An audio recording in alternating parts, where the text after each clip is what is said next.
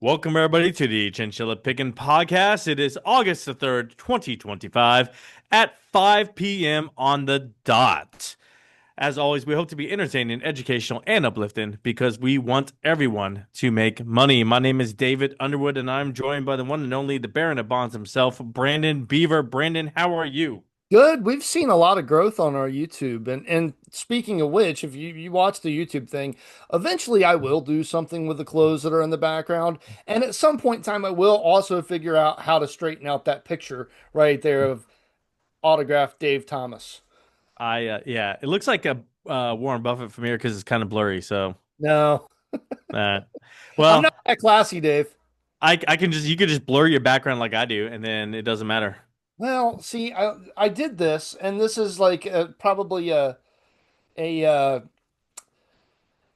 interior decorator's worst nightmare that's Yes. behind me. I mean, Yes. there's like different, the frames, like there's traditional style frames, modern I style just frames, tried all not to kinds look of at different it. colors, just stacked on top of each other. But I wanted to show off on my collections. And you can't ever see this one here, which is my favorite. There's an autograph of Harley Race on there for it's a wrestler. But you can't ever see it because of the glare from the window, which has no curtains on it. And eventually I'll get curtains there too. Got some work to do, buddy. Yeah. Yeah, and usually I'm clean shaven and nice and cleaned up for the show. But yeah, I had busy day today. Did not do what I wanted to do today, and I got dragged around, and here we are, Yeah. rushing to get this in at 5 o'clock. We're an hour late. All good. I'm You know, missing a portion of the pre-show of SummerSlam right now, but I'm sorry. I'm sorry, Brandon. Stop yelling at me. Um, yeah, it's very cooler week compared to the hotter temperatures, and not a. I mean, there's lots of fluff news we can talk about, but there's just not a lot I'm interested in, to be honest. The fluff news I'm talking about, there's just so, not. I mean, yeah, I don't.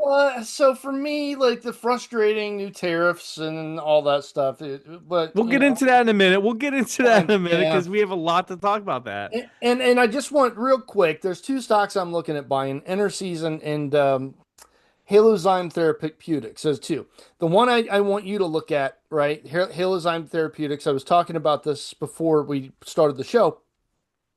The financials of this company look great, except for the debt. The debt I'm a little concerned about.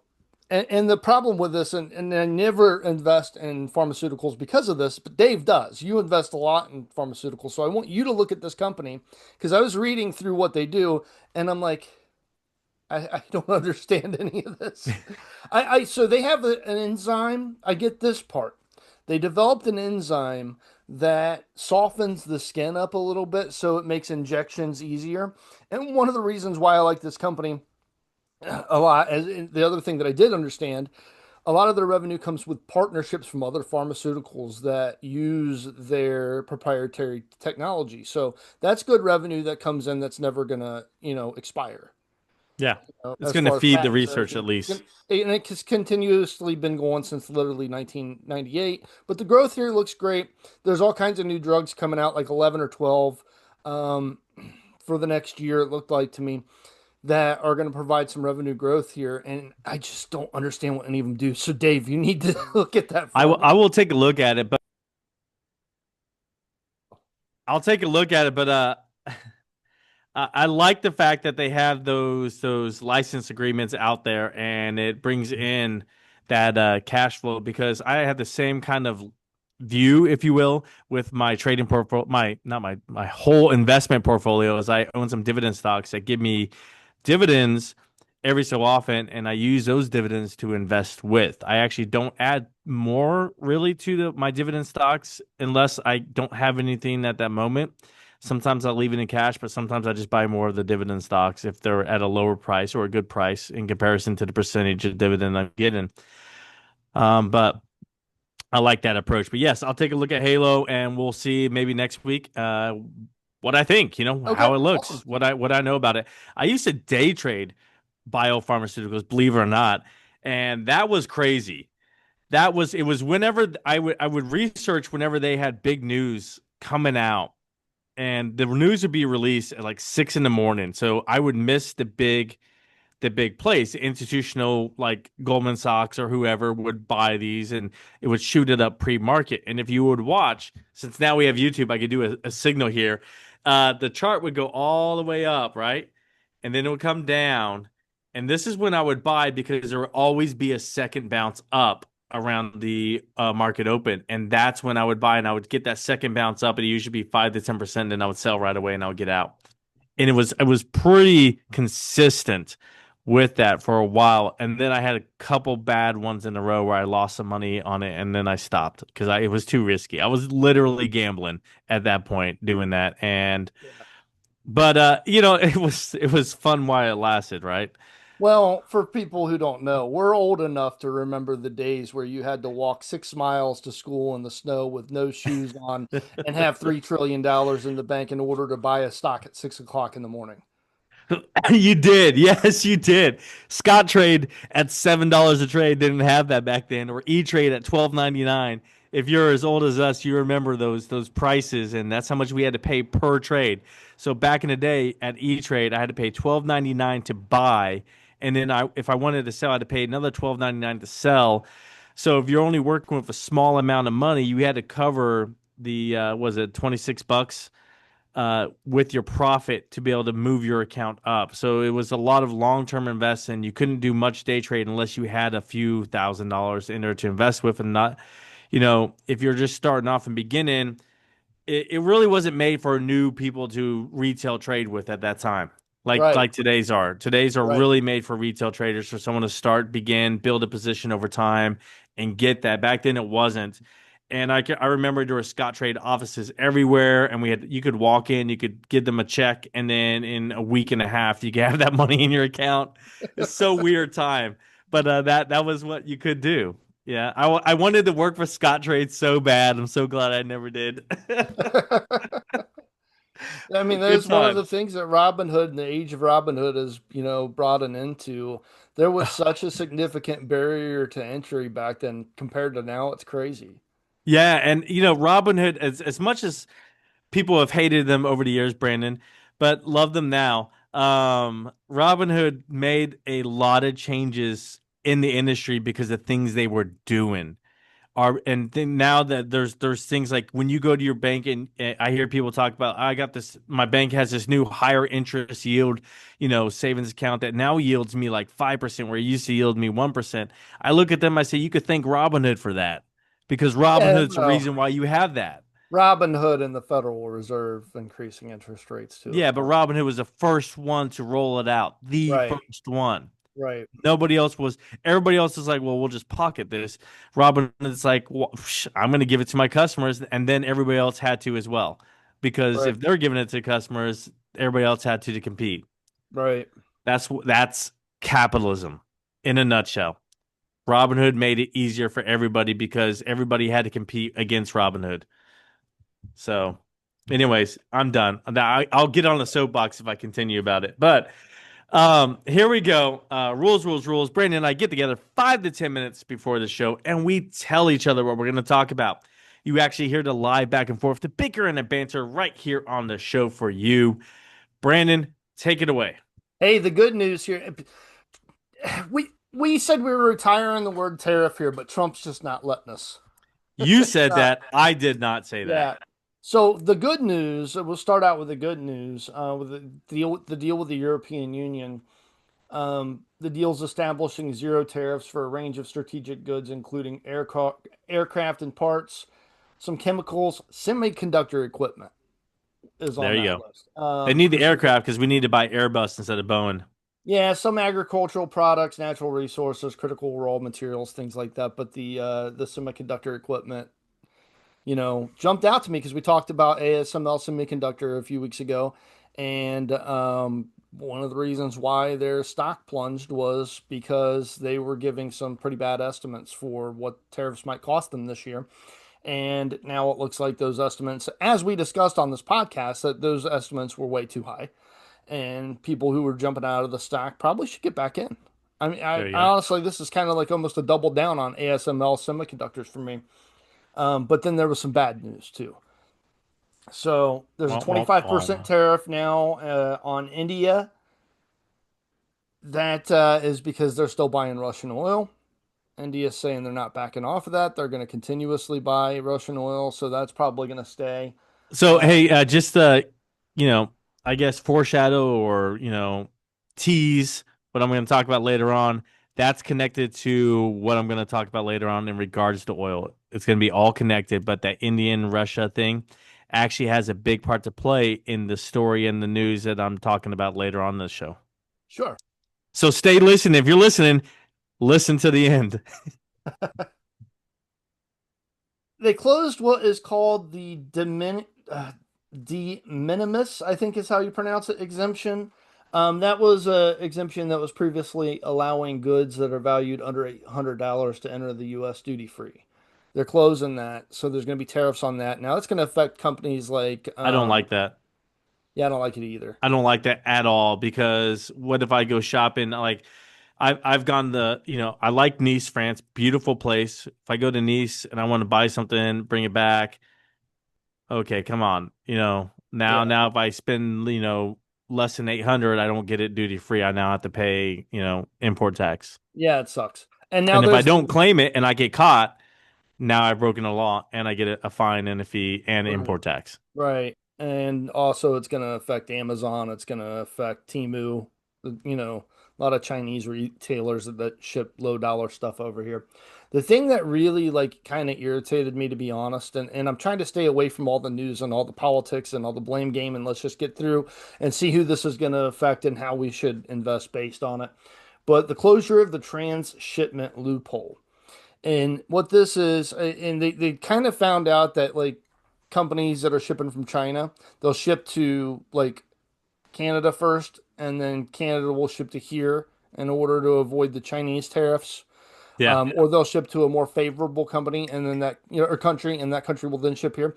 The problem with that is that there's a lot of larger products and industrial products that have different components in each country. And so the manufacturing process may start in China and then go to Finland and then go to Canada and then come to the United States. And they're closing this loophole, but also they're going to penalize companies that are doing these transshipment operations. And thankfully, this isn't going into effect until August 29th because they need to rethink this because there's going to be a lot of companies that are getting penalized for this that aren't really trying to avoid tariffs. They're just like different manufacturing pieces, in each country require them to do the transshipment process.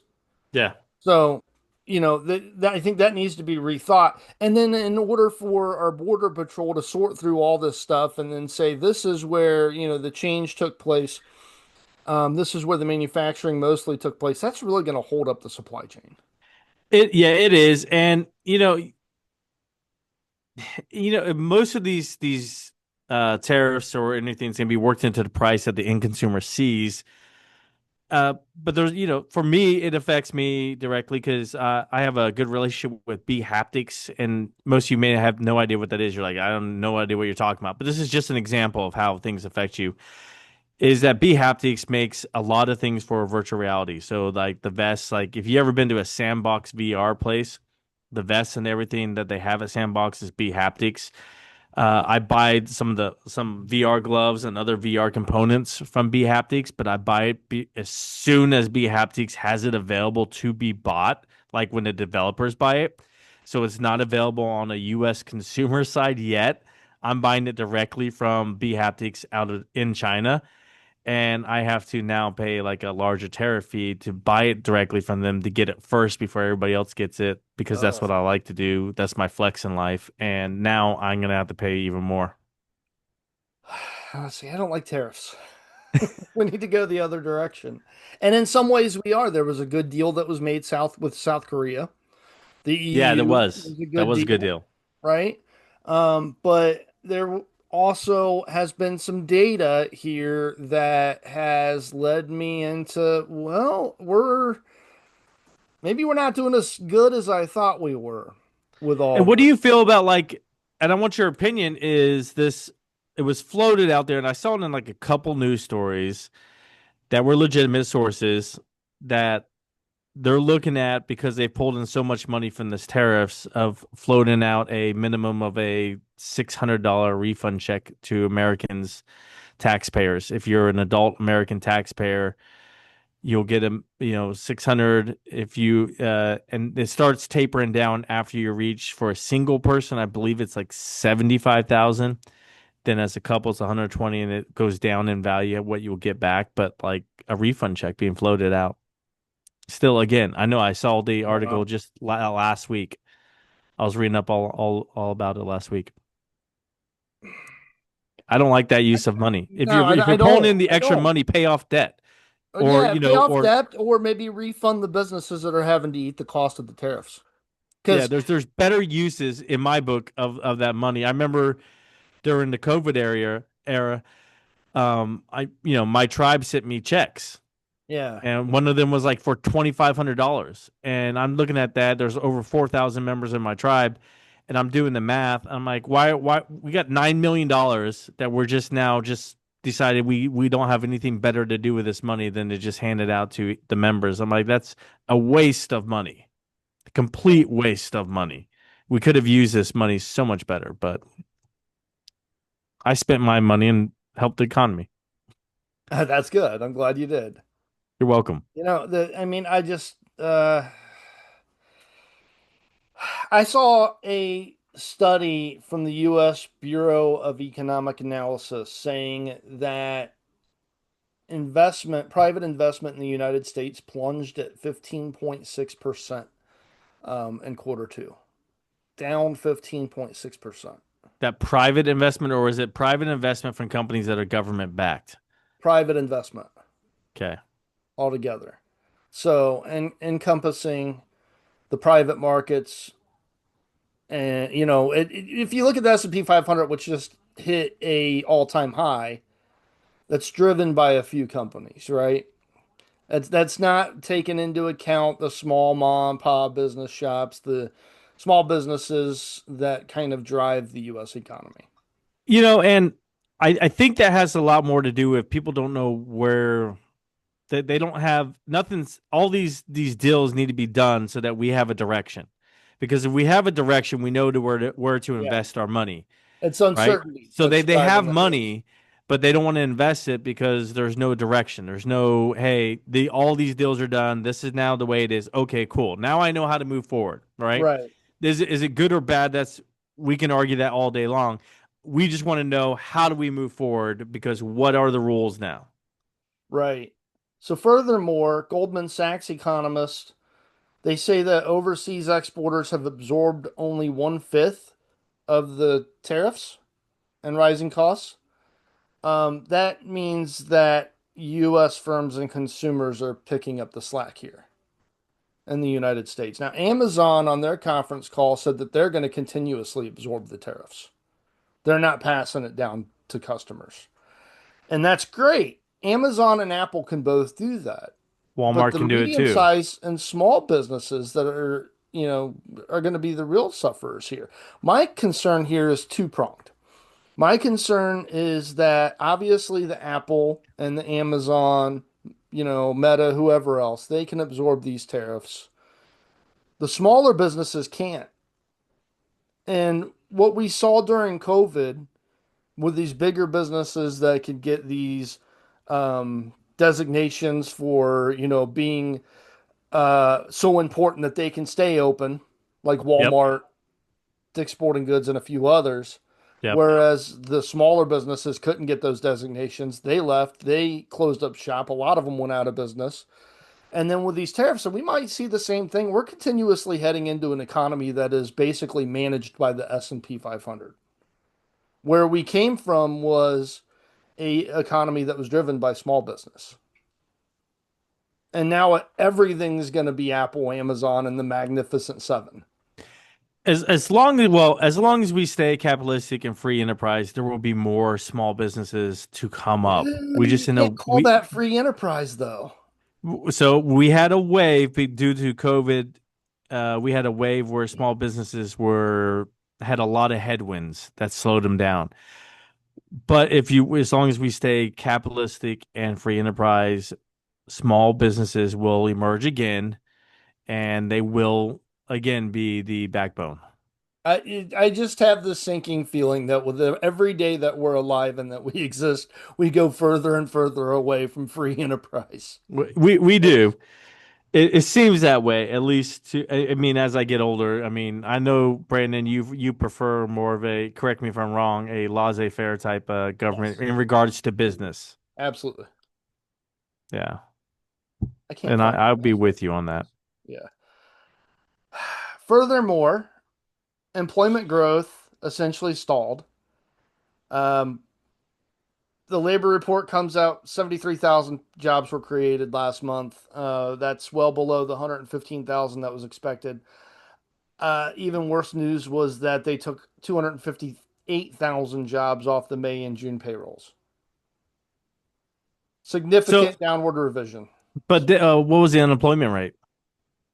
4.2%, which is still good. That's very good. So the Fed's not going to do anything with it, which is what happened in the meeting this week. They said we're not doing anything. We are not cutting rates. We're not going to do a single thing, and unemployment's staying the same. So there's no reason to. Inflation's not moving higher, so there's no reason to. The Fed is unemployment and inflation, Well, inflation needs to come down. So if they would have to see a decrease in inflation for them to raise rates, supposedly. But I mean, or dude, they're never going to yeah, hit the 2%. They never hit the 2% exactly. It's either below it or it's above it. We're at 2.6% unemployment right now. I honestly believe it's time for them to increase or to lower rates. I believe it. I think do some 4.2%. cuts. Sorry. 4.2% unemployment. But yes, they need to hit they need to lower rates, in my opinion. I think we're seeing a softening of the labor environment. I don't think that they could do much about inflation that's in relation to supply chain and tariffs. They told us that during COVID.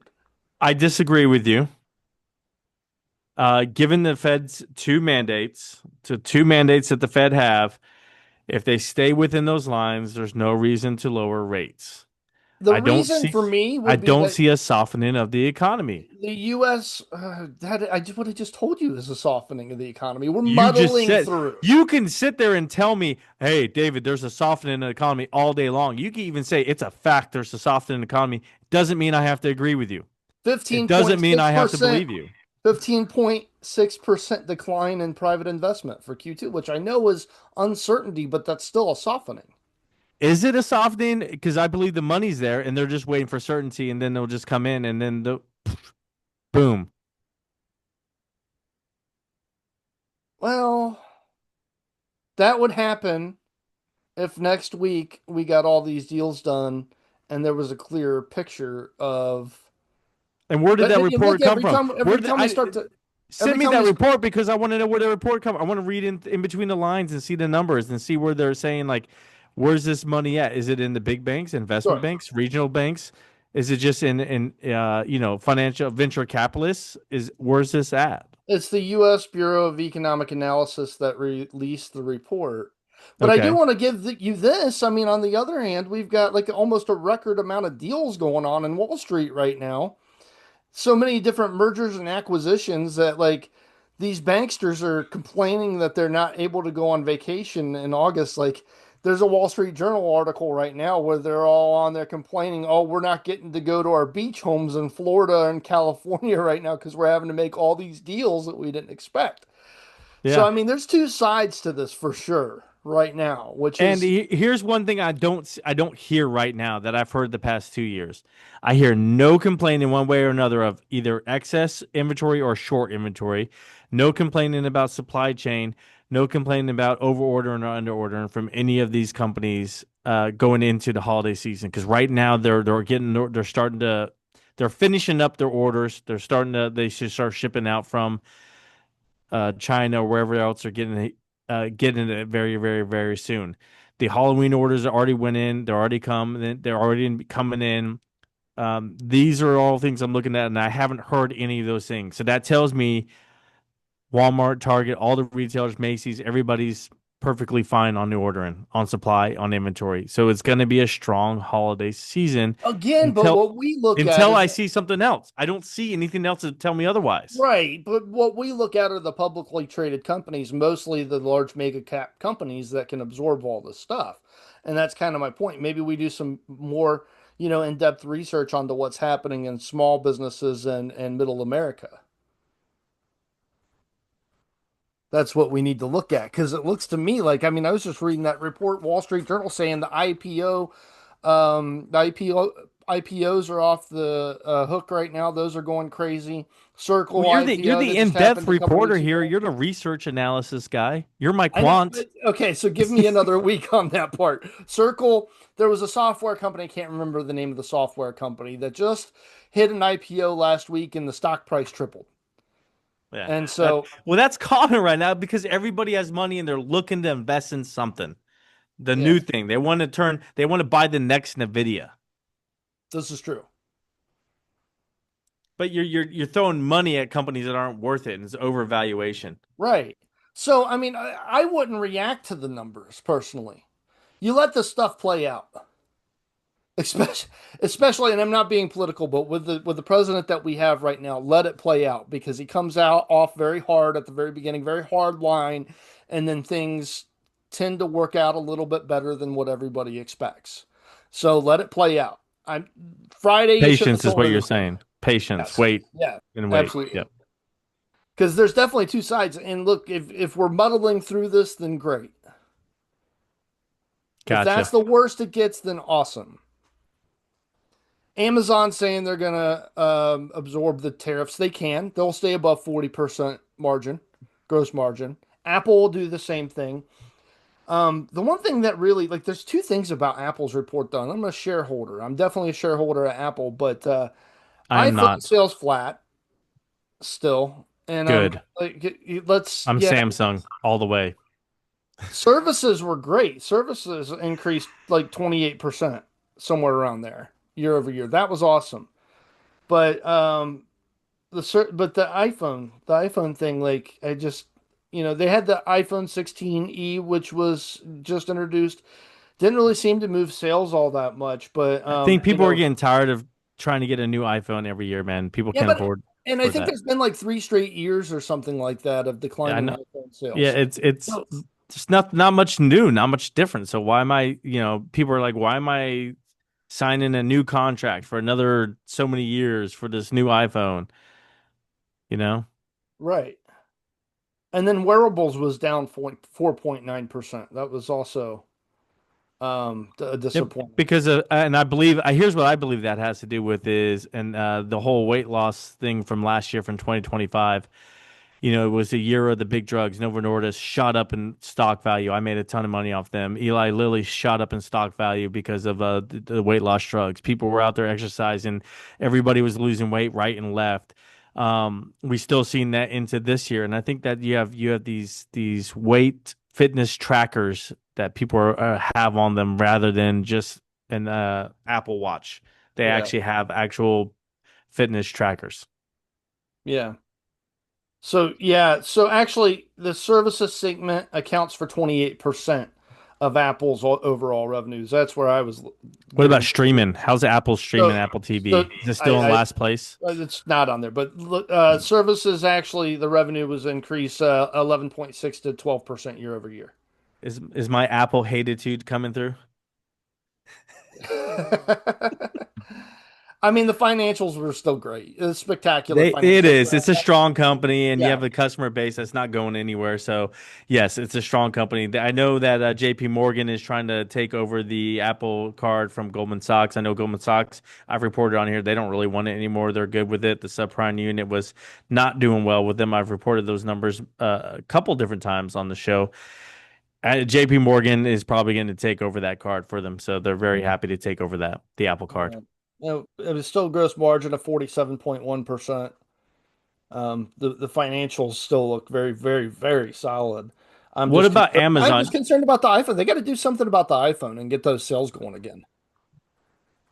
Yeah, they have a strong customer base. They just got to come up with something interesting about it.